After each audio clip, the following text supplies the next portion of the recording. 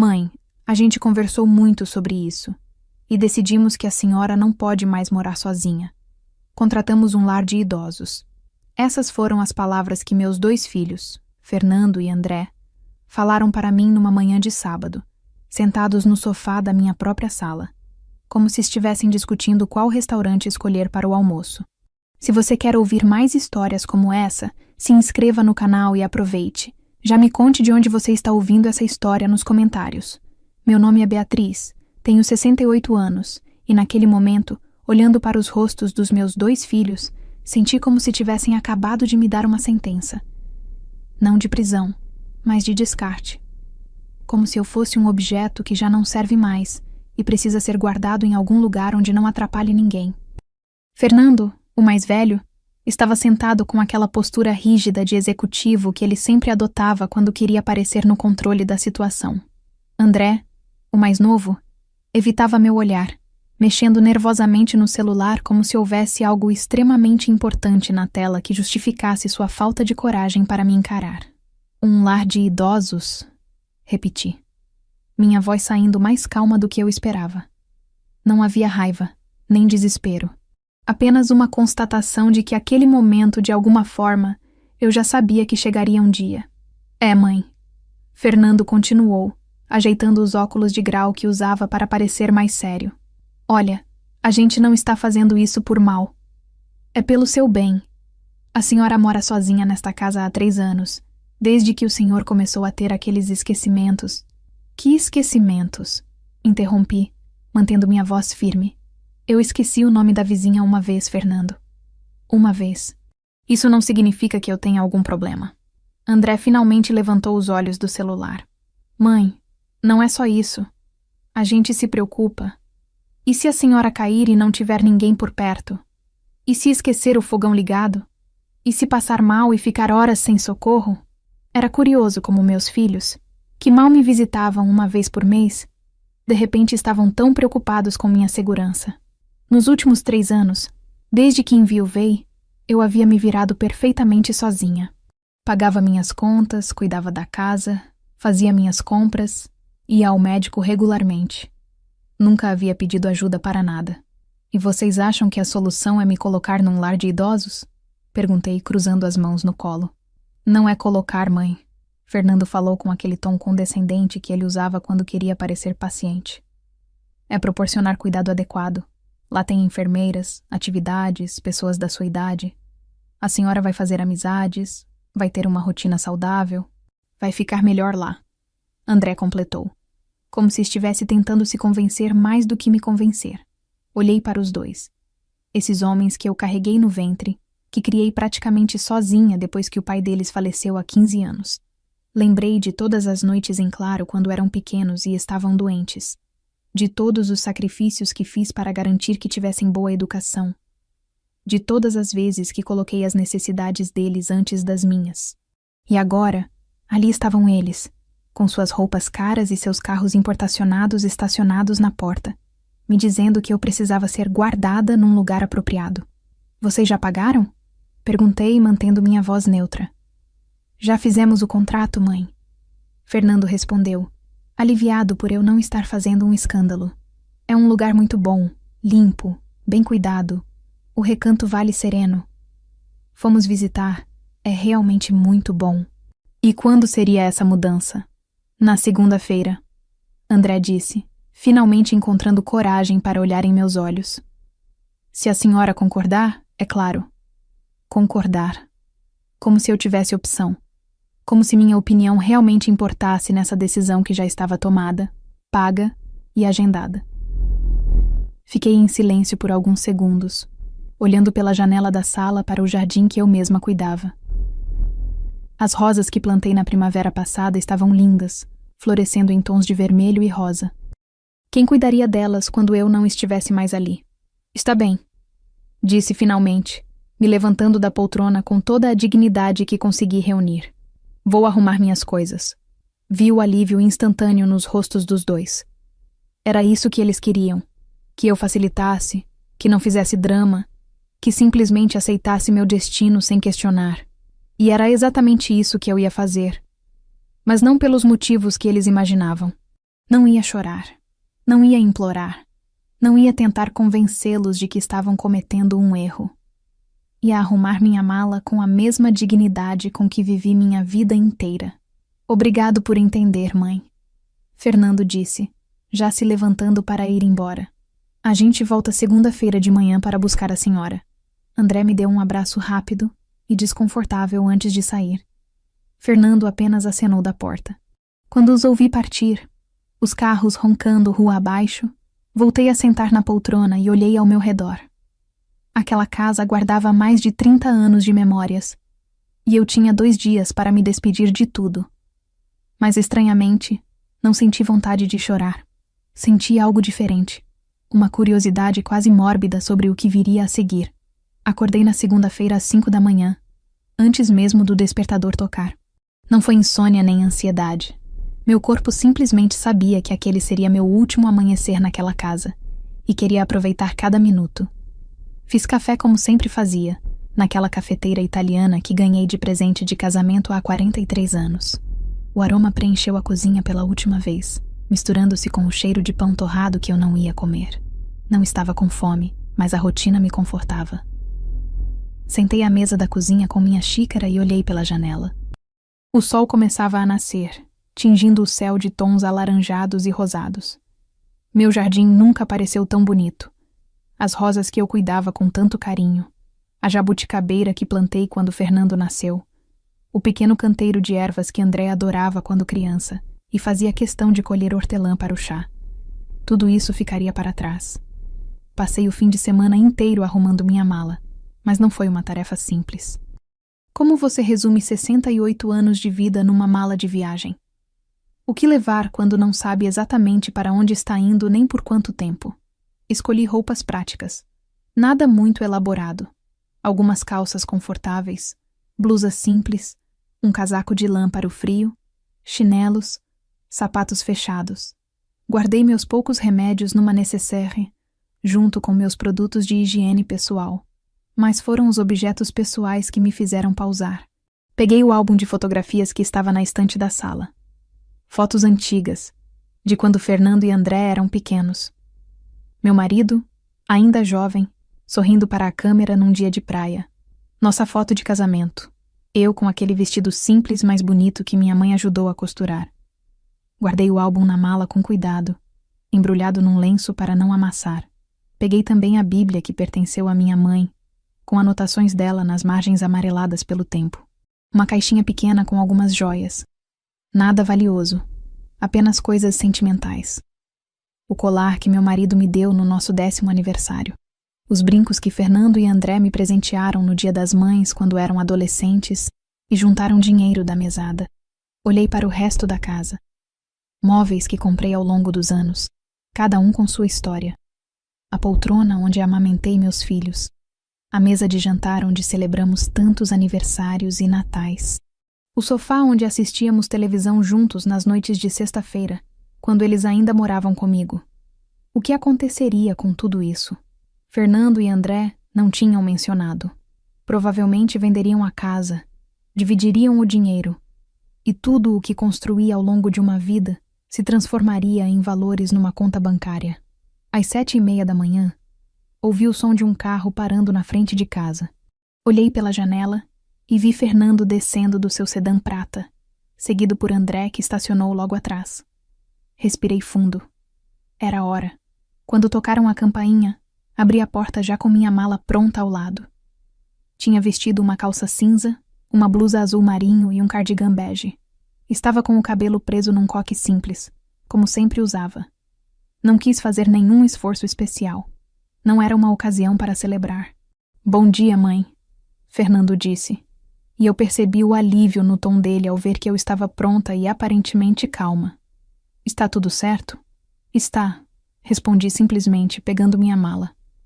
Deixa que eu levo. André se ofereceu, tomando a mala da minha mão. Percebi que ele ainda evitava meu olhar diretamente, como se o constrangimento dos últimos dias não tivesse passado. Dei uma última olhada na casa. O corredor que percorri milhares de vezes, a sala onde criei meus filhos, a cozinha onde preparei incontáveis refeições. Cada cômodo guardava pedaços da minha vida, Memórias que agora ficariam presas naquelas paredes vazias. Mãe? A voz de Fernando me trouxe de volta. A gente precisa ir. Já vou, disse, fechando a porta da casa pela última vez. Tranquei com a chave que estive usando por 32 anos. A senhora quer deixar a chave com a gente? Fernando perguntou, estendendo a mão. Olhei para a chave na minha palma. Aquele pequeno pedaço de metal representava minha autonomia, meu lar, minha vida independente. Entregar aquela chave era como entregar minha liberdade, mas coloquei a chave na mão de Fernando sem dizer uma palavra. Obrigado, mãe. Ele murmurou, guardando a chave no bolso como se fosse apenas mais um objeto qualquer. Caminhei até o carro de Fernando. André já havia colocado minha mala no porta-malas.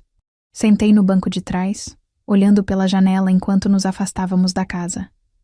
Vi a vizinha, Dona Márcia, regando as plantas na calçada. Ela acenou, sem saber que eu estava indo embora. Não tive coragem de acenar de volta. O trajeto até o Recanto Vale Sereno durou 40 minutos.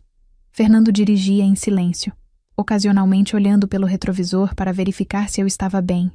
André mexia no celular, evitando a tensão no ar. Ninguém falou nada durante todo o caminho. Não havia o que dizer. Eles tinham tomado sua decisão e eu tinha aceitado. Simples assim. Quando finalmente paramos em frente a um prédio de 2 andares, com paredes brancas e um jardim modesto na entrada, percebi que aquele seria meu novo lar. Não havia voltado atrás. Não houve despedida emocional. Apenas uma transição silenciosa e quase burocrática da minha vida anterior para o que viria a seguir. Fernando desligou o motor e se virou para mim. Chegamos, mãe. Vamos entrar? Olhei para o prédio à minha frente. Não senti medo nem tristeza naquele momento. Apenas uma aceitação resignada do inevitável. Vamos, disse, abrindo a porta do carro. A recepção do Recanto Vale Sereno tinha cheiro de desinfetante, misturado com algo que lembrava comida de hospital. As paredes eram brancas, decoradas com alguns quadros de paisagens genéricas. Nada que indicasse personalidade ou calor humano. Havia algumas poltronas velhas na sala de espera e uma televisão ligada num programa matinal que ninguém estava assistindo. Fernando foi direto ao balcão, onde uma recepcionista jovem nos recebeu com um sorriso profissional. Bom dia! Devem ser os filhos da Dona Beatriz, certo? A doutora Carmen está esperando vocês. Meus filhos conversaram com a moça em voz baixa, assinando papéis e entregando documentos que eu nem sabia que tinham providenciado. Eu fiquei ali parada, segurando minha bolsa, sentindo-me como uma criança sendo matriculada numa escola nova sem ter sido consultada se queria estudar ali. Dona Beatriz? Uma voz firme, mas gentil me chamou. Virei e vi uma mulher de aproximadamente 50 anos, cabelos pretos presos num coque impecável, vestindo jaleco branco e com um sorriso que parecia genuíno. Sou a doutora Carmen, diretora do Recanto. Seja muito bem-vinda. Ela estendeu a mão e eu a cumprimentei. Seu aperto era firme, confiante. Obrigada.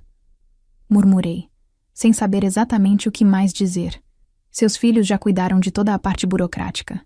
Então vou levá-la para conhecer as instalações e seu quarto. Está bem? Doutora Carmen falava com uma tranquilidade que me fazia sentir um pouco menos ansiosa.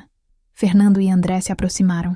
Mãe, a gente precisa ir trabalhar, Fernando disse, olhando para o relógio de forma um pouco ostensiva.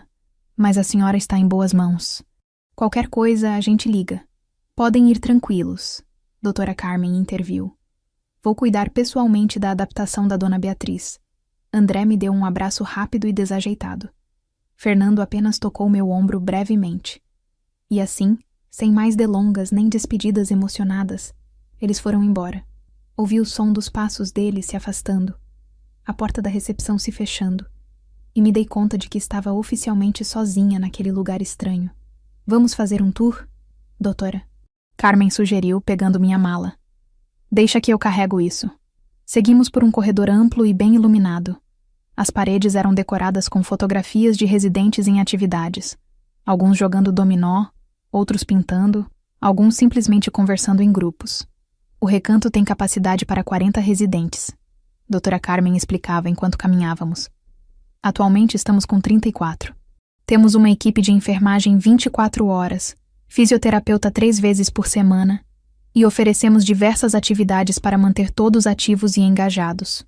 Passamos pela sala de estar comunitária, onde alguns idosos assistiam televisão. Uma senhora de cabelos brancos tricotava numa poltrona. 2 homens jogavam xadrez numa mesinha de canto. Todos pareciam tranquilos, resignados, talvez. Este é o refeitório. Ela apontou para uma sala ampla com várias mesas redondas. Servimos café da manhã às 7, almoço ao meio-dia e jantar às 6. Mas quem preferir pode comer no quarto. Subimos para o segundo andar por um elevador pequeno, mas funcional. O corredor era idêntico ao de baixo, limpo, branco, funcional, mas sem personalidade. Seu quarto é este aqui. Doutora Carmen parou na frente de uma porta com o número 207. Abriu com uma chave e me convidou a entrar. O quarto era simples, mas adequado. Uma cama de solteiro com lençóis brancos limpos, um guarda-roupa pequeno, uma mesinha de cabeceira, uma poltrona ao lado da janela e um banheiro privativo. A janela dava para os fundos do prédio, onde havia um jardim modesto com alguns bancos. Sei que não é como sua casa, doutora Carmen disse com honestidade, mas tentamos tornar tudo o mais confortável possível. A senhora pode decorar como quiser, trazer suas coisas pessoais. Coloquei minha bolsa na cama e olhei ao redor. Aquele pequeno espaço seria meu mundo a partir de agora. Vou deixá-la se instalar. Doutora Carmen disse. O almoço é daqui a 2 horas.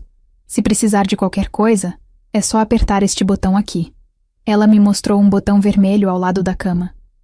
Alguém virá imediatamente. Quando ela saiu e fechou a porta, fiquei sozinha pela primeira vez naquele lugar. Sentei na beirada da cama e senti o peso do silêncio. Não era o silêncio da minha casa, onde cada rangido e som me eram familiares.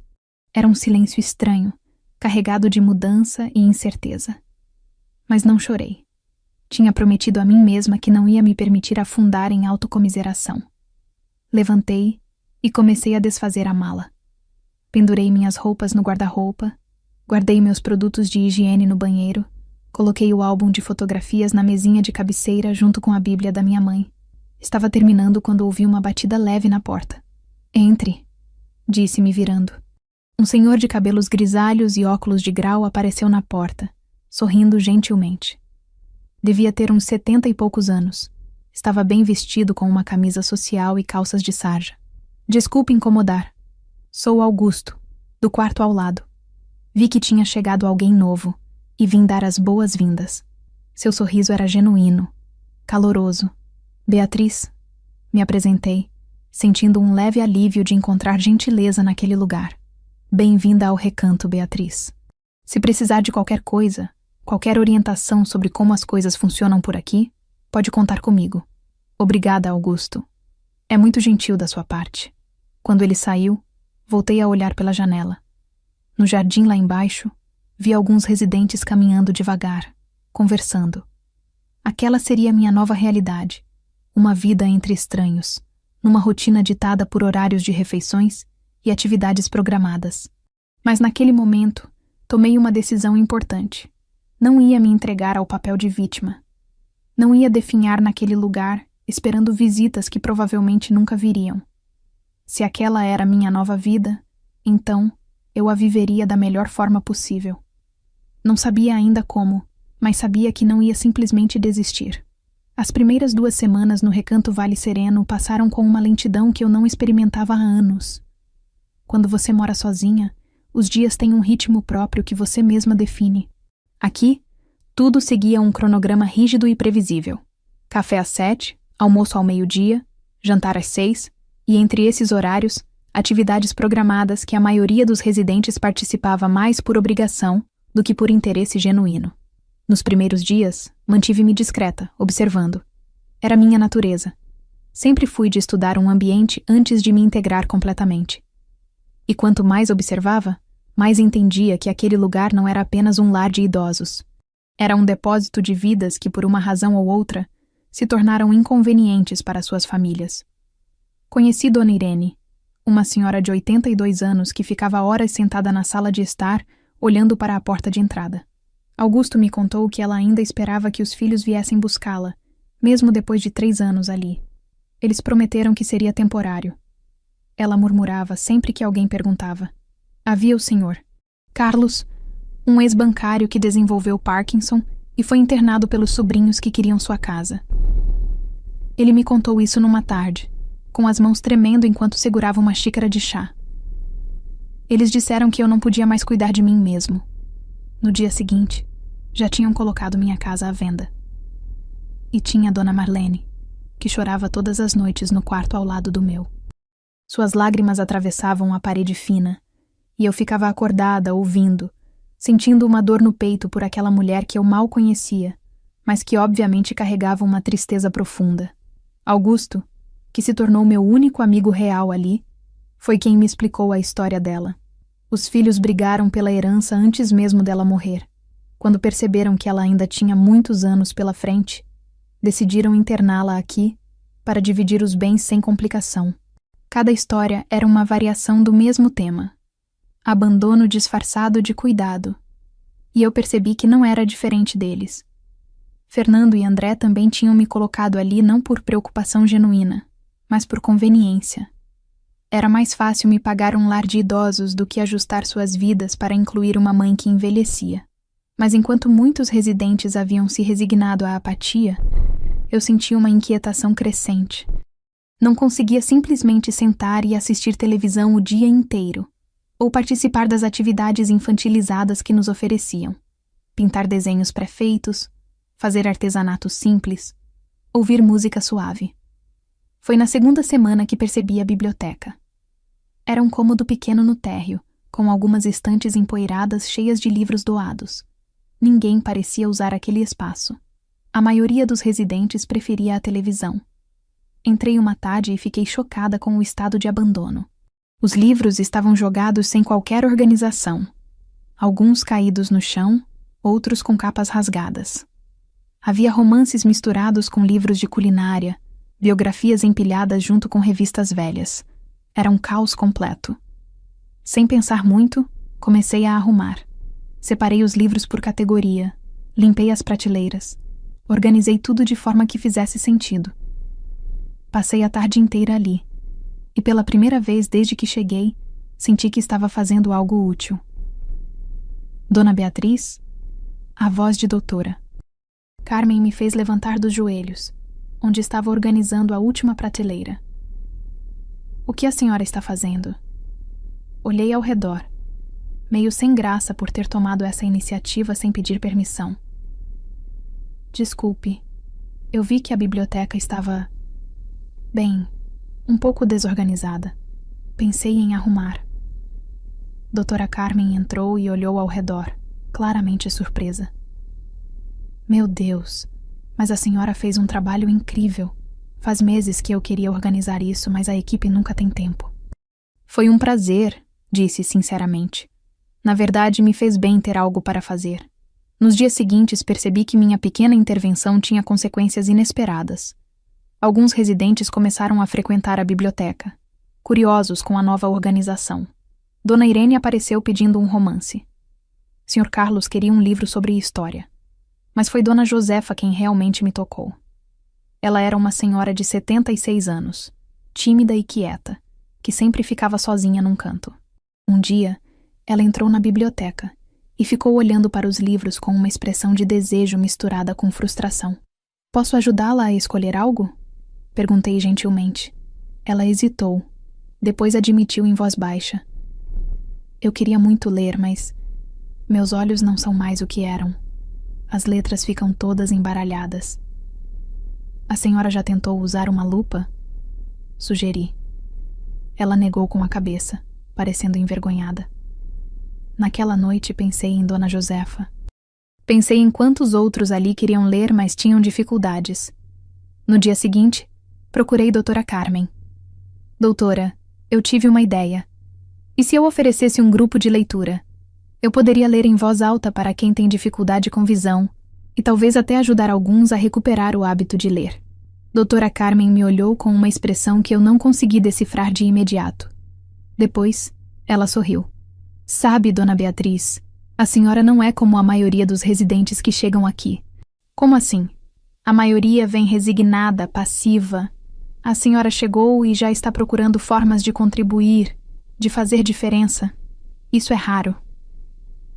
O grupo de leitura começou na semana seguinte. 5 pessoas apareceram na primeira sessão, incluindo Dona Josefa e Augusto. Li trechos de um romance leve, e pela primeira vez desde que cheguei, vi sorrisos genuínos nos rostos ao meu redor. Doutora Carmen assistiu de longe, e quando terminamos, ela me chamou para uma conversa. Dona Beatriz, eu gostaria de conversar com a senhora sobre algo. A senhora tem experiência em administração ou organização? A pergunta me pegou de surpresa, mas respondi honestamente. Tenho sim. Trabalhei como professora por 20 anos e depois fui contadora até me aposentar. Por quê? Os olhos de doutora Carmen brilharam com algo que parecia esperança. Acho que talvez a senhora possa nos ajudar com algo mais. Mas vamos conversar com calma amanhã, está bem? Saí daquela conversa intrigada. Pela primeira vez em semanas, senti uma pontinha de curiosidade sobre o futuro. No dia seguinte, doutora Carmen me chamou em seu escritório logo após o café da manhã. Era uma sala pequena, mas funcional, com uma mesa coberta de papéis, pastas empilhadas e um computador antigo que parecia estar pedindo aposentadoria. Dona Beatriz, sente-se, por favor, ela disse, apontando para uma cadeira à frente da mesa. Parecia cansada, com olheiras que indicavam noites mal dormidas. Quero ser direta com a senhora. O recanto está passando por algumas dificuldades administrativas. Ouvi em silêncio, curiosa sobre onde aquela conversa iria parar. A senhora mencionou ontem que trabalhou como contadora. Posso perguntar por quanto tempo? Trabalhei 15 anos num escritório de contabilidade depois que me aposentei como professora, respondi. Cuidava da contabilidade de pequenas empresas, organizava documentos fiscais, fazia auditorias internas. Por quê? Doutora. Carmen suspirou profundamente, como se estivesse prestes a confessar algo que a envergonhava. Nosso sistema de arquivos está um caos. A pessoa que cuidava disso se demitiu há 3 meses, e desde então temos tido problemas para controlar despesas, organizar documentos, até mesmo fazer pedidos de suprimentos. Está tudo desorganizado. Ela hesitou, depois continuou. Eu sei que a senhora está aqui como residente, e não é justo pedir isso, mas... A senhora aceitaria dar uma olhada nos nossos arquivos? Só para me dar uma opinião? Eu pagaria, obviamente. Algo dentro de mim se acendeu. Uma centelha que eu pensava estar apagada. A possibilidade de usar minha mente novamente, de aplicar décadas de experiência em algo útil, era tentadora demais para recusar. Posso ver? Perguntei simplesmente. Doutora Carmen abriu um armário atrás de sua mesa e revelou o que só poderia ser descrito como um desastre organizacional. Pastas sem identificação, documentos soltos, recibos misturados com contratos, faturas de meses diferentes empilhadas sem qualquer critério. Meus dedos formigaram. Era como ver um quebra-cabeça complexo esperando para ser resolvido. Posso levar isso para o meu quarto? Prometo cuidar de tudo com confidencialidade. A senhora tem certeza? É muito trabalho. Tenho certeza. Na verdade, acho que vai me fazer bem ter algo para ocupar a mente. Passei os 3 dias seguintes mergulhada naqueles documentos. Espalhei tudo na mesinha do meu quarto, criei categorias, separei por mês e tipo de despesa. Era como voltar no tempo, quando meu cérebro era desafiado diariamente por problemas lógicos e numéricos. E quanto mais eu me aprofundava, mais problemas encontrava. Não eram apenas questões de organização. Havia erros reais que estavam custando dinheiro ao recanto. Encontrei duplicidade de pagamentos para o mesmo fornecedor. Descobri que estavam comprando medicamentos de um fornecedor que cobrava 30% a mais que a concorrência. Identifiquei despesas que não faziam sentido, como cobranças de serviços que claramente não foram prestados. Na tarde do 3º dia, voltei ao escritório de doutora Carmen com uma pasta organizada e uma lista detalhada do que havia encontrado. Doutora, preciso mostrar algumas coisas preocupantes. Comecei, espalhando documentos na mesa dela de forma organizada. Durante a próxima hora, Expliquei cada problema que identifiquei. Mostrei os pagamentos duplicados, os fornecedores superfaturados, as inconsistências nos registros. Doutora Carmen ficou cada vez mais pálida conforme eu falava. Meu Deus! Ela murmurou, passando as mãos pelo rosto. Como eu não percebi isso antes? A senhora estava sobrecarregada, disse gentilmente. É impossível cuidar de residentes, equipe e administração ao mesmo tempo. Mas o lado bom é que agora podemos corrigir tudo. Podemos? Ela repetiu, me olhando com esperança. Se a senhora quiser minha ajuda, posso reorganizar todo o sistema, criar planilhas de controle, negociar com fornecedores, estabelecer um sistema de verificação que previna esses erros no futuro. Doutora Carmen me estudou por um longo momento. Dona Beatriz, posso fazer uma pergunta pessoal? Por que a senhora está aqui? A pergunta me pegou desprevenida. Como assim? A senhora claramente tem capacidade mental plena, habilidades administrativas excelentes e energia para trabalhar. Por que seus filhos a internaram aqui? Senti um aperto no peito, mas respondi honestamente.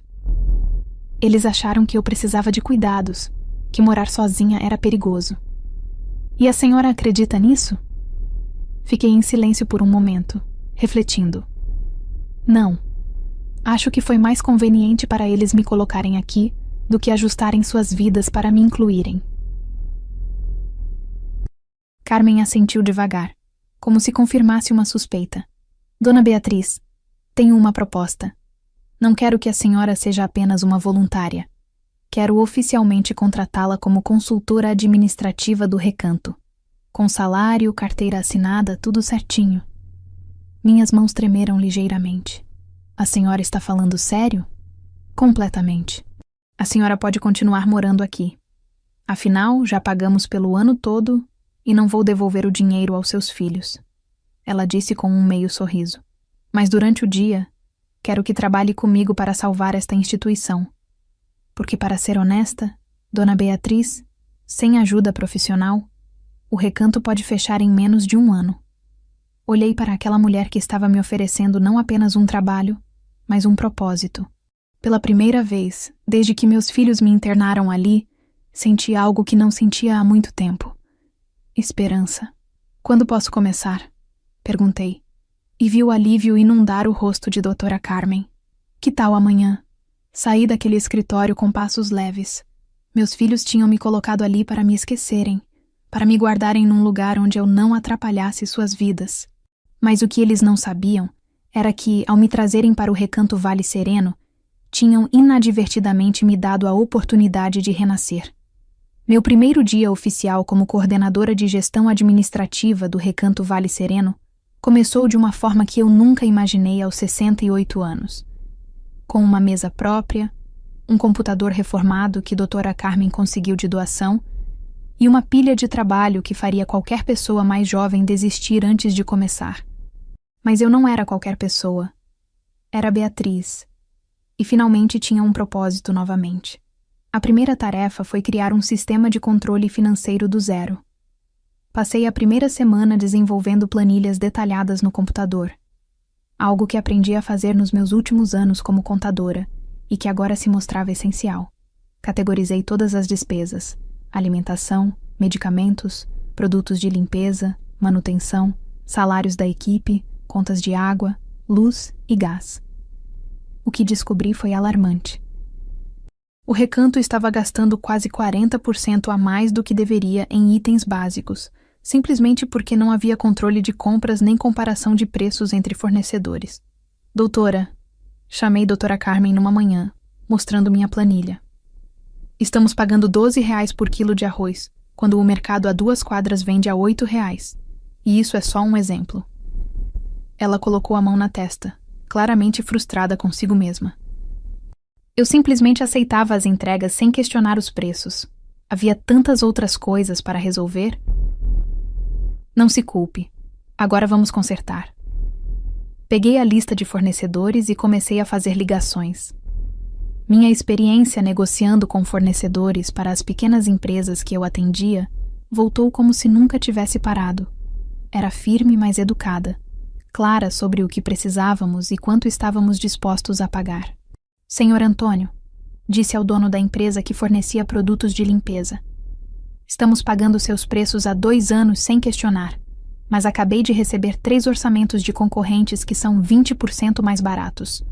Ou o senhor iguala esses preços, ou vamos mudar de fornecedor. Houve um silêncio do outro lado da linha. Depois, Dona Beatriz, vamos conversar sobre isso.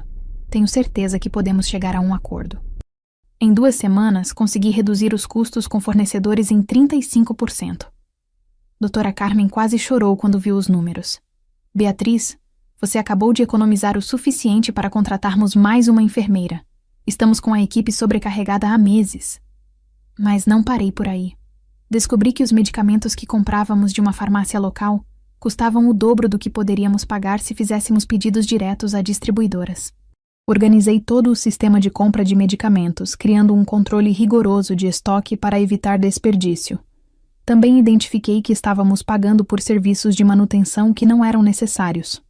Uma empresa cobrava mensalidades para a manutenção preventiva de equipamentos, que quando investiguei, descobri que nunca eram realmente vistoriados. Essa empresa está nos enganando há quanto tempo? Perguntei à doutora Carmen, mostrando os contratos. 2 anos, ela admitiu envergonhada. Cancelei o contrato imediatamente e encontrei um técnico autônomo que cobrava apenas pelas visitas quando necessário, economia de R$ 1.200 por mês. Os resultados começaram a aparecer rapidamente. No final do primeiro mês, o recanto tinha economizado mais de R$ 5.000. No segundo mês, 7.000. Com esse dinheiro, doutora Carmen pode contratar a enfermeira adicional e melhorar a qualidade da alimentação dos residentes. Beatriz, você está literalmente salvando esta instituição, ela me disse numa tarde, com lágrimas nos olhos.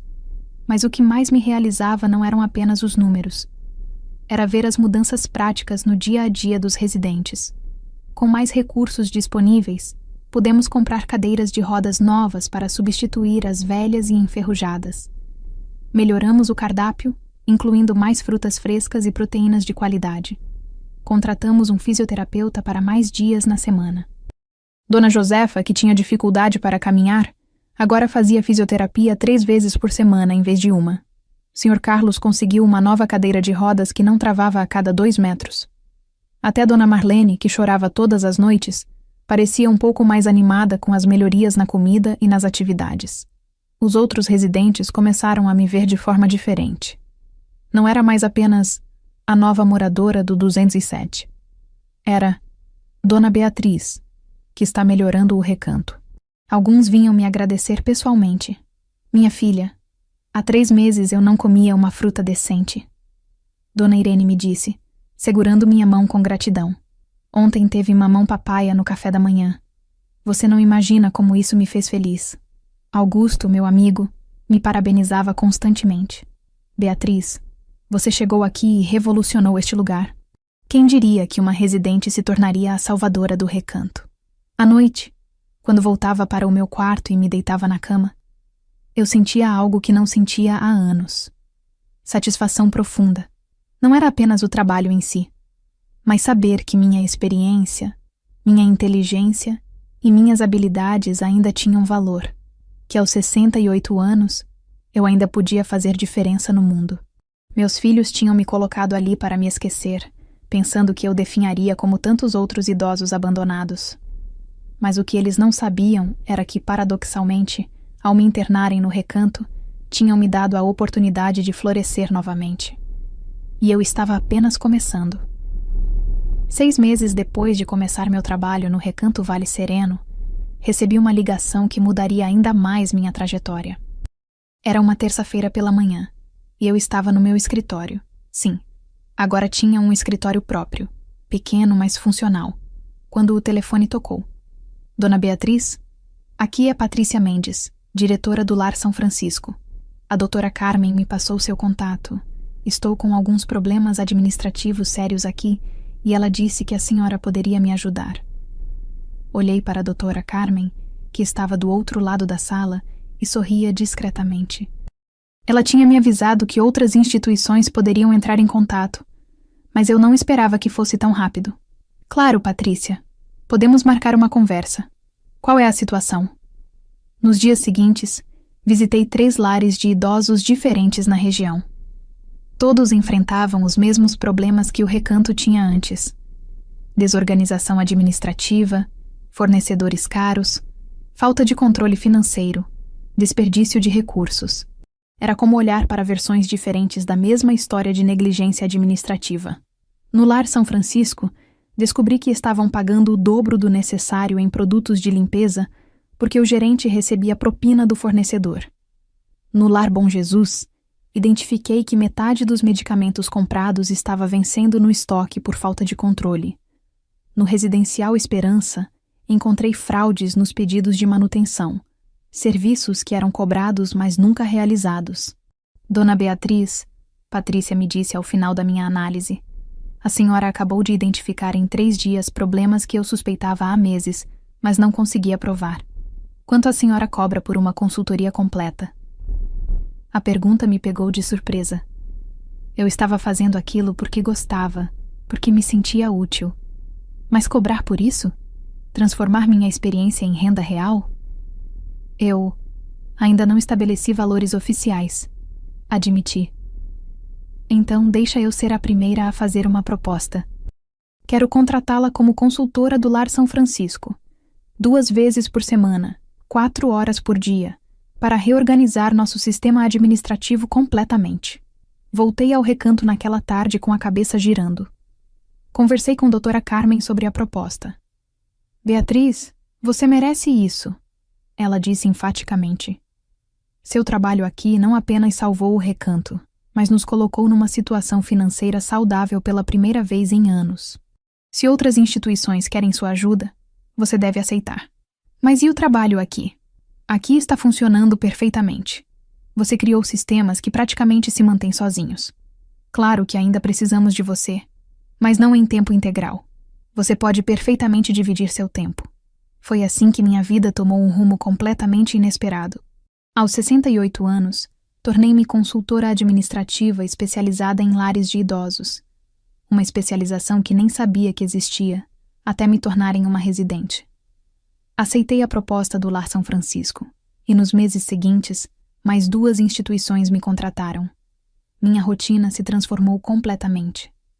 2 manhãs por semana eu trabalhava no recanto, 3 tardes em outras instituições, e o tempo restante eu dedicava ao grupo de leitura e aos amigos que havia feito. O dinheiro que comecei a ganhar era substancial, muito mais do que minha aposentadoria. Pela primeira vez em décadas, tinha independência financeira real. Abri uma conta bancária separada, comprei um notebook novo para trabalhar e até renovei meu guarda-roupa com roupas mais apropriadas para reuniões profissionais. Olha só você, toda elegante, Augusto brincou numa tarde, me vendo sair para uma reunião no Lar Bom Jesus. De residente abandonada a executiva de sucesso. É inspirador, Beatriz. Mas o que mais me realizava não era o dinheiro ou o reconhecimento. Era a sensação de que minha mente, minha experiência e minha capacidade importavam. Aos 68 anos, quando meus próprios filhos acharam que eu deveria ser guardada, eu estava tendo o período mais produtivo e significativo da minha vida em décadas. Durante uma reunião mensal de diretores de lares de idosos da região, fui convidada a fazer uma apresentação sobre gestão administrativa eficiente. Fiquei nervosa. Fazia anos que não falava para um público, mas aceitei o desafio. O maior problema que identifiquei em quase todas as instituições. Comecei minha apresentação para uma sala com 20 profissionais. Não é falta de recursos, mas falta de controle sobre os recursos existentes. Pequenas mudanças administrativas podem economizar milhares de reais por mês. Dinheiro que pode ser revertido em melhor qualidade de vida para os residentes. A apresentação foi um sucesso. Recebi 3 novos convites para consultorias ao final. Doutora Carmen, que estava na plateia, me abraçou com orgulho. Beatriz, você está brilhando. Seus filhos têm noção do que fizeram? Eles acharam que estavam te descartando, mas na verdade te libertaram para ser quem você sempre foi. Suas palavras ficaram ecoando em minha mente. Fernando e André não tinham ligado uma única vez nos últimos 6 meses. Não sabiam que sua mãe, incapaz, Estava gerenciando orçamentos de múltiplas instituições, economizando milhares de reais e sendo reconhecida como referência na área. E sabe de uma coisa? Estava tudo bem. Eu não precisava mais da validação deles. Tinha encontrado meu próprio valor, meu próprio propósito, minha própria voz. 3 anos. 1095 dias se passaram desde aquela manhã de segunda-feira, quando Fernando e André me deixaram no Recanto Vale Sereno e foram embora sem olhar para trás. E sabe quantas vezes eles me visitaram nesse período? 2. Quantas ligações? Talvez 10, sempre breves e cheias de desculpas sobre trabalho, compromissos, viagens. No começo, eu esperava. Olhava pela janela aos finais de semana, imaginando que talvez aparecessem. Mantinha meu celular sempre carregado, achando que ligariam. Mas aos poucos parei de esperar. Não porque tinha desistido deles, mas porque tinha encontrado algo mais importante: eu mesma. A primeira visita aconteceu 3 meses após minha internação. Fernando apareceu sozinho numa tarde de sábado. Ficou meia hora, perguntou se eu estava me adaptando bem, evitou meu olhar e foi embora dizendo que tinha um compromisso inadiável. Não mencionei que tinha começado a trabalhar como consultora. Ele não perguntou. A segunda visita foi quase 1 ano depois. André trouxe a esposa e os filhos, meus netos, que eu mal conhecia. Ficaram 40 minutos, as crianças inquietas e claramente desconfortáveis naquele ambiente. André perguntou superficialmente sobre minha saúde, elogiou o lugar dizendo que parecia bem cuidado, e foram embora. Novamente, não contei sobre minha transformação profissional. Ele também não demonstrou interesse real em saber como eu estava de verdade. Depois disso, silêncio quase total. As ligações esporádicas seguiam um roteiro previsível. Oi, mãe, tudo bem? Está se alimentando direito? Ótimo. Desculpa não poder ir te visitar, mas o trabalho está uma loucura. A gente se fala em breve. E desligavam, aliviados por terem cumprido seu dever filial mensal. Mas enquanto eles seguiam suas vidas me esquecendo, eu estava construindo algo extraordinário. Nos 3 anos que se passaram, tornei-me referência em gestão administrativa de lares de idosos na região. Minha carteira de clientes cresceu para 8 instituições. Desenvolvi um sistema de gestão que estava sendo implementado em lares por todo o estado. Fui convidada para palestrar em 2 congressos nacionais sobre administração de instituições de longa permanência. Meu salário como consultora era 3 vezes maior que minha aposentadoria. Tinha economias saudáveis no banco, investimentos que aprendi a fazer com a ajuda de um consultor financeiro e total independência financeira. Comprei até um tablet novo para trabalhar com mais eficiência. No Recanto, eu não era mais apenas uma residente. Era parte fundamental da equipe. Doutora Carmen me considerava seu braço direito. Os funcionários me respeitavam e consultavam sobre decisões importantes. Os residentes me viam como alguém que realmente se importava com o bem-estar deles. Dona Beatriz, Dona Irene me disse certa vez, segurando minha mão com carinho, a senhora é a prova de que a vida não acaba quando nossos filhos nos esquecem. A senhora floresceu aqui de um jeito que inspira todos nós. Augusto, que se tornou meu melhor amigo, sempre brincava. Beatriz, você chegou aqui como residente e virou a CEO do lugar. Se seus filhos soubessem, mas eles não sabiam. E, sinceramente, eu não sentia mais necessidade de provar nada para eles. As feridas do abandono ainda existiam, mas tinham cicatrizado de uma forma diferente. Não era perdão nem esquecimento. Era aceitação. Eles tinham feito uma escolha, e eu tinha feito a minha.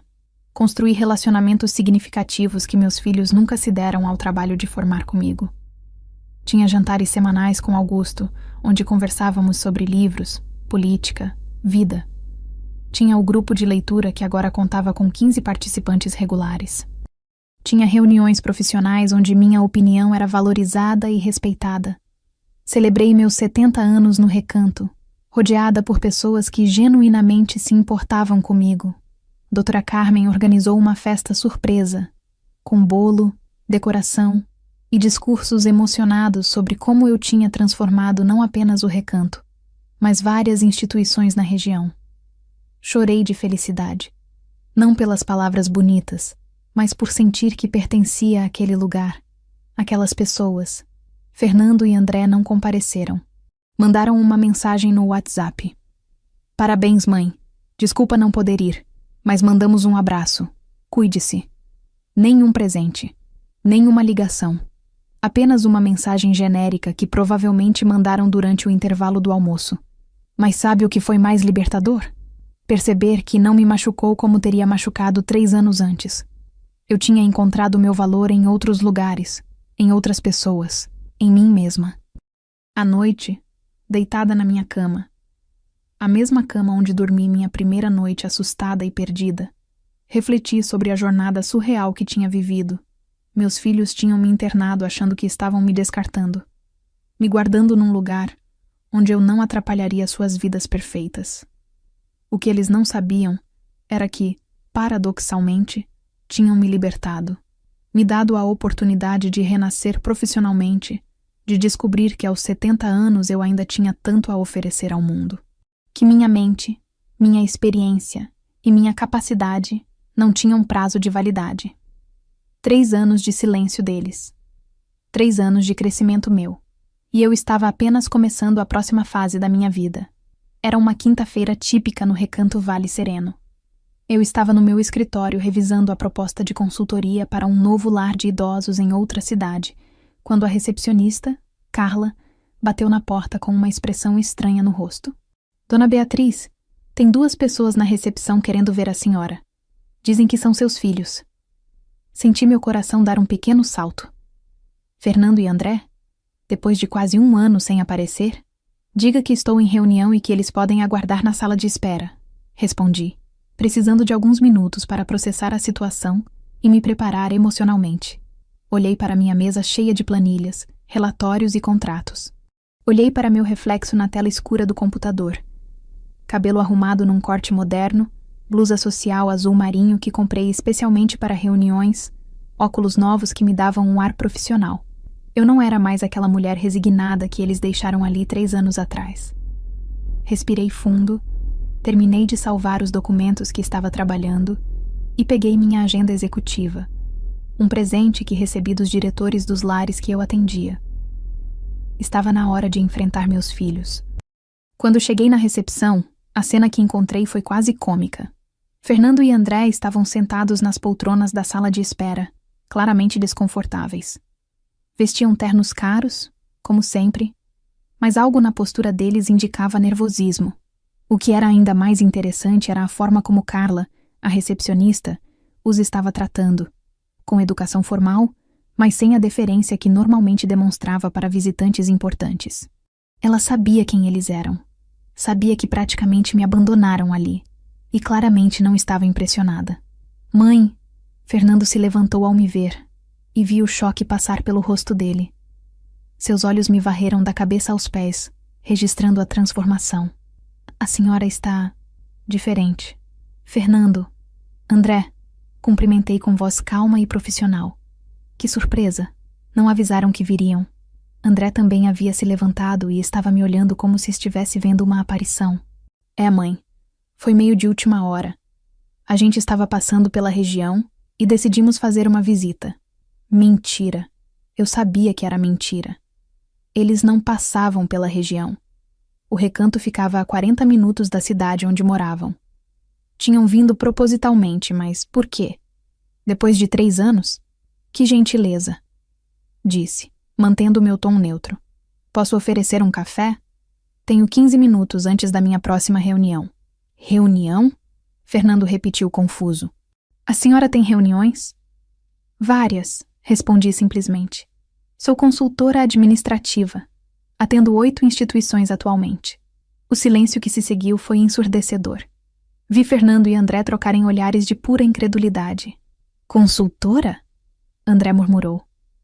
Mãe, do que a senhora está falando? Antes que eu pudesse responder, doutora Carmen apareceu no corredor, toda elegante com seu jaleco branco e uma pasta de documentos nas mãos. Quando me viu com meus filhos, seu rosto assumiu uma expressão profissional mais fria. Beatriz, desculpe interromper. Mas o pessoal do Lar Bom Jesus está na linha. É sobre a proposta que você enviou ontem. Eles querem fechar o contrato. Pode transferir para o meu escritório? Atendo em 5 minutos. Respondi naturalmente. Doutora Carmen assentiu, e antes de sair, olhou para Fernando e André com um sorriso cortês, mas calculado. Vocês devem ser os filhos da Beatriz. Ela mencionou vocês algumas vezes. É um prazer finalmente conhecê-los. O tom dela deixava claro que não era exatamente um prazer, mas sim uma curiosidade mórbida de conhecer os homens que tinham cometido o erro monumental de subestimar a própria mãe. Quando ficamos sozinhos novamente, levei meus filhos para uma pequena sala de visitas. Sentei na cadeira principal, cruzei as mãos sobre a mesa com postura confiante. Algo que aprendi em minhas reuniões profissionais. Então, comecei, quebrando o silêncio constrangedor. A que devo a honra desta visita depois de tanto tempo? Fernando limpou a garganta, claramente tentando processar o que estava vendo. A mãe que ele tinha descartado ali estava sentada à sua frente não como uma vítima resignada, mas como uma profissional bem-sucedida e confiante. Mãe, queríamos ver como a senhora está. E, bem, tem algumas coisas que a gente precisa conversar sobre a casa. A senhora lembra da casa? Ah, então era isso. Não era preocupação genuína. Era sobre dinheiro, sobre bens. Provavelmente queriam vender a casa e precisavam que eu assinasse alguma documentação. Que tipo de conversa? Perguntei, mantendo minha voz firme. A gente estava pensando em vender a casa. André disse rapidamente. Está vazia há 3 anos. A gente está pagando IPTU, manutenção. Não faz sentido manter. Olhei para meus 2 filhos. 3 anos sem visitarem direito, sem se importarem com meu bem-estar. E agora apareciam querendo que eu facilitasse a venda da casa que tinha sido meu lar por décadas. Entendo, disse simplesmente. E vocês vieram aqui depois de 3 anos de abandono para me pedir que assine papéis para vocês poderem vender minha casa? A palavra abandono ficou pendurada no ar como uma acusação que eles não podiam refutar. Não é abandono, mãe. Fernando tentou se defender, mas sua voz soava fraca. A gente apenas achamos que a senhora estaria melhor cuidada aqui. Melhor cuidada, repeti, quase rindo da ironia. Vocês me colocaram aqui para me esquecer. Mas sabem o que aconteceu? Eu me encontrei. A expressão nos rostos de Fernando e André era uma mistura de confusão e desconforto. Eles tinham vindo esperando encontrar uma mãe conformada, provavelmente envelhecida e grata por qualquer atenção que quisessem dar. Em vez disso, estavam sentados diante de uma mulher transformada, que os olhava não com ressentimento, mas com uma confiança tranquila que os desestabilizava completamente.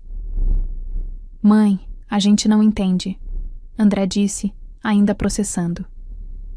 A senhora disse que é consultora? Consultora de quê, exatamente?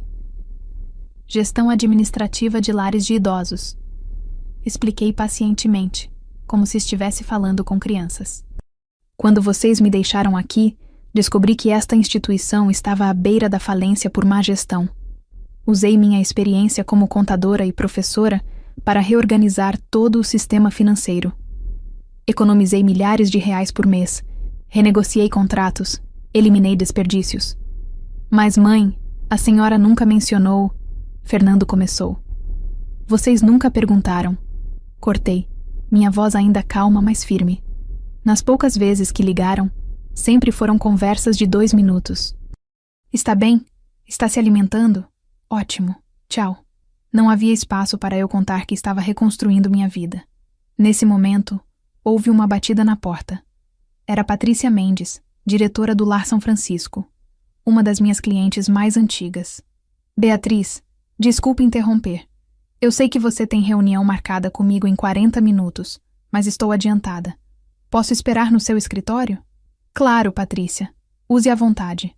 Já terminamos aqui, respondi. Quando ela saiu, vi que meus filhos estavam cada vez mais chocados. A realidade estava começando a se formar em suas mentes. A mãe que eles acharam que estavam cuidando ao internar num lar de idosos era, na verdade, alguém que estava gerenciando múltiplas instituições. Mãe, Fernando disse, sua voz agora menos confiante. Por que a senhora nunca nos contou sobre isso? Por que eu contaria? Perguntei genuinamente. Vocês me trouxeram aqui porque acharam que eu era incapaz de cuidar de mim mesma. Que eu precisava ser guardada num lugar onde não atrapalhasse. Por que eu buscaria a aprovação de vocês para reconstruir minha vida? A porta se abriu novamente. E desta vez, era a doutora Carmen acompanhada de um homem de terno que eu reconheci como o Dr. Henrique, presidente da Associação Regional de Instituições de Longa Permanência. Beatriz, o doutor.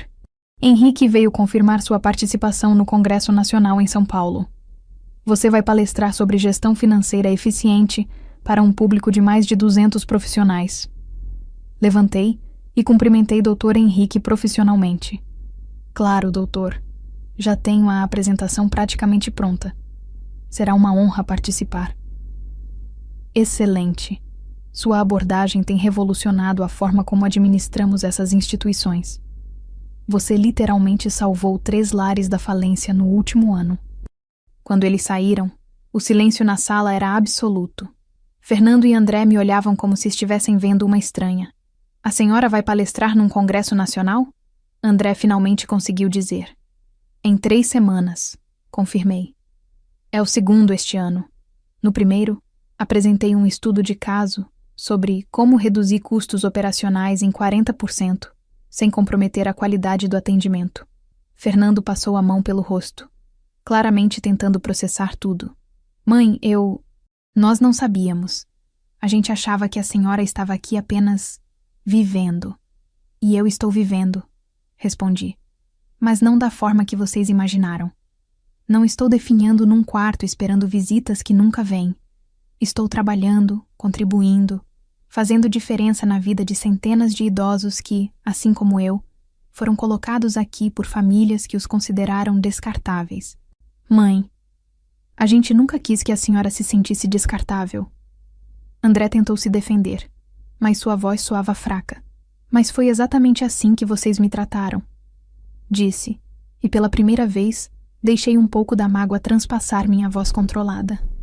2 visitas em 3 anos, ligações esporádicas e apressadas. E agora aparecem querendo que eu assine papéis para vender em minha casa. Vocês realmente acham que isso demonstra cuidado? Fernando abriu a boca para responder, mas nenhuma palavra saiu. O que poderia dizer?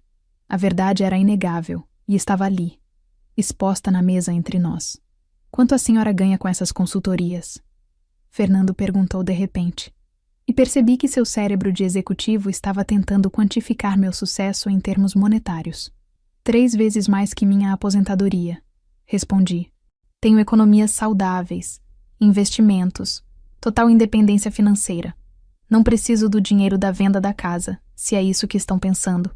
A revelação deixou os 2 ainda mais desconcertados. Eles tinham vindo achando que eu seria dependente, grata por qualquer migalha de atenção. Em vez disso, descobriram que eu não apenas não precisava deles, como estava prosperando na ausência deles. Mãe, a gente... Cometemos um erro, André disse finalmente, e vi lágrimas começando a se formar em seus olhos.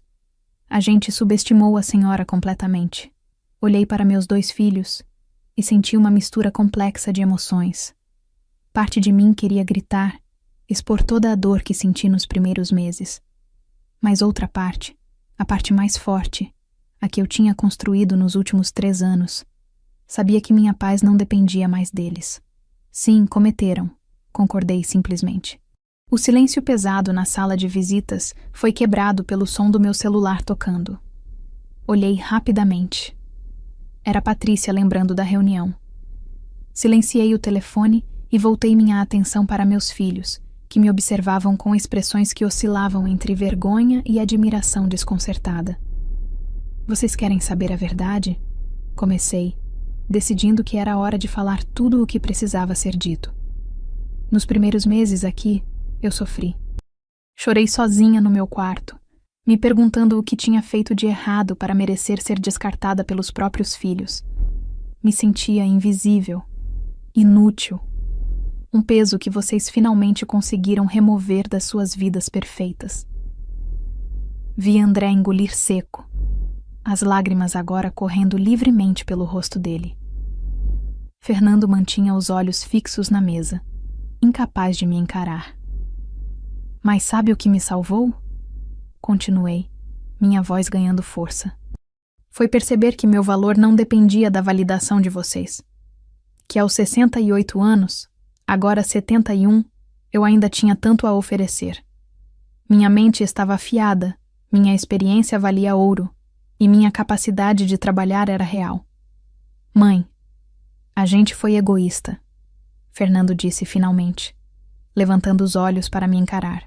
Havia lágrimas também no rosto dele. A gente estava tão ocupado com nossas próprias vidas que simplesmente nos livramos da senhora. E pior, fizemos isso nos convencendo de que era pelo seu bem. Foi pelo bem de vocês. Corrigi gentilmente, mas firmemente.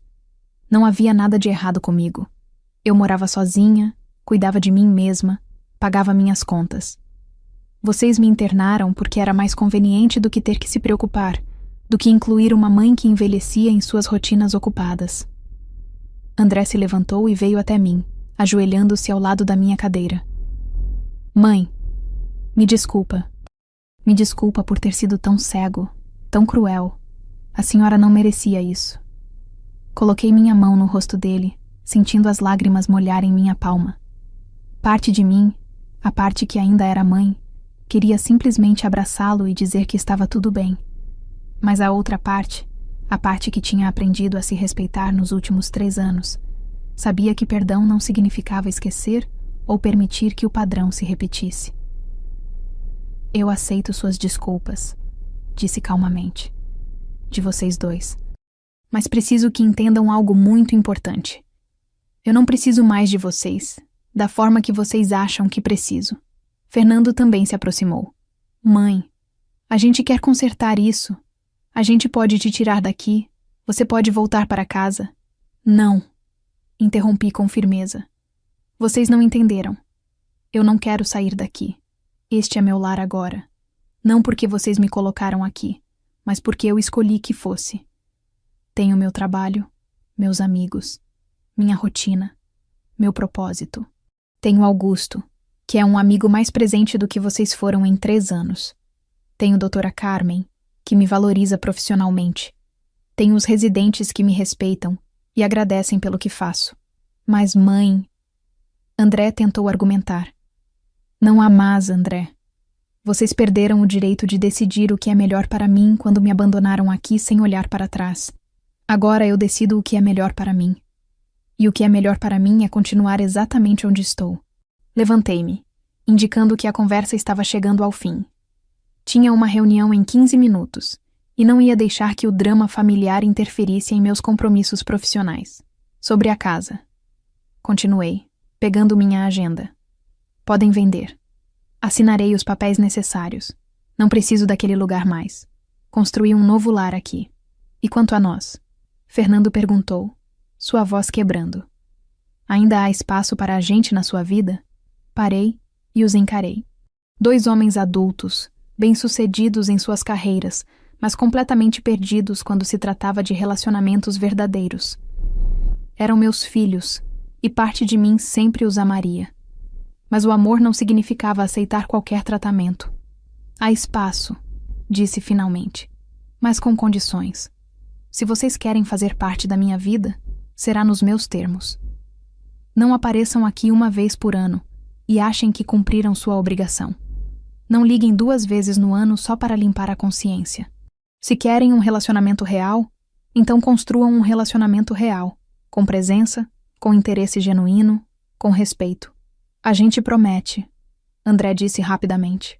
Não me prometam, respondi. Me mostrem.